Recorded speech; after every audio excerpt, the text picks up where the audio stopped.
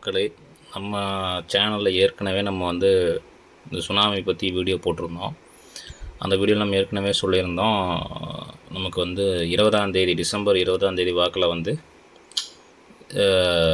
இது வரும், கனமழையால் வெள்ளம் வரும், அதனால் தமிழ்நாடு பகுதிகளில் அழிவு ஏற்படும் சொல்லியிருந்தோம்.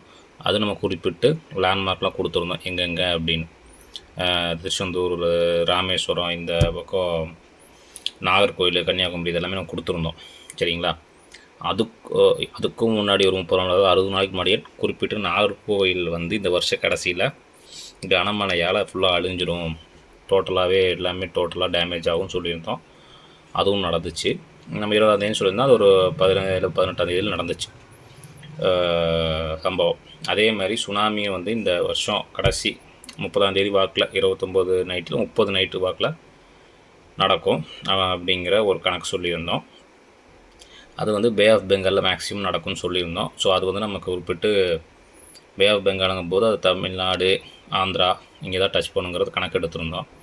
ஸோ இப்போயும் வந்து அந்த பெல்ட்டில் தான் நடந்திருக்கு, சுனாமி வந்திருக்குது. நான் 30 சொன்னது 1 ஒரு நாள் தள்ளி வந்திருக்கு, 1 வந்திருக்கு. பட் என்னென்னா, பே ஆஃப் பெங்கால் அந்த பகுதினாலுமே கூட அந்த பெல்ட்டில் ஏற்படும்னு நம்ம கணிச்சிருந்தோம். பட் அப்படியே நம்ம சைட்லேருந்து ஆப்போசிட் சைடு, அதாவது தள்ளி போய் அப்படியே ஜப்பான் சைடில் வந்துருச்சு, அவ்வளோதான். ஸோ நம்ம தனிப்பட்ட ஜாதகங்கும் போது துல்லியமாக சம்பவத்தை கணிச்சிட முடியும். பட் உலகியல் ஜோதிடங்கும் போது உலகத்துக்கு ஒரு சார்ட் தான் போடுறோம் கரெக்டாக. ஸோ அப்படிங்கும்போது சம்பவங்களை நம்மளால் சரியாக எடுக்க முடியும். லொக்கேஷன்ஸ் முன்ன போனால் கொஞ்சம் நகர்ந்து போகத்தான் செய்யும். ஸோ நம்ம நாகப்பட்டினம் டு நாகர்கோவில் ஃப்ளட்டு சொன்னது நடந்துச்சு அதே இடத்துல. இது வந்து சுனாமி சொல்லியிருந்தோம். பே ஆஃப் பெங்கால் அதோடைய டோட்டல் அந்த ட்ராக்கில் தான் நடந்திருக்கு. பட் அது இந்தியாவுக்கு வரல, ஜப்பானுக்கு வந்திருக்கு அந்த சைடு. ஸோ இதுதான், இந்த தகவல் தான் உங்களுக்கு சொல்லணும்னு நினச்சது. நம்ம முன்னாடியே போட்டிருந்த சுனாமி வீடியோ இதில் இருக்குது, இந்த வீடியோவோட எண்டில் பாருங்கள், அதையும் கொடுக்குறேன் பாருங்கள்.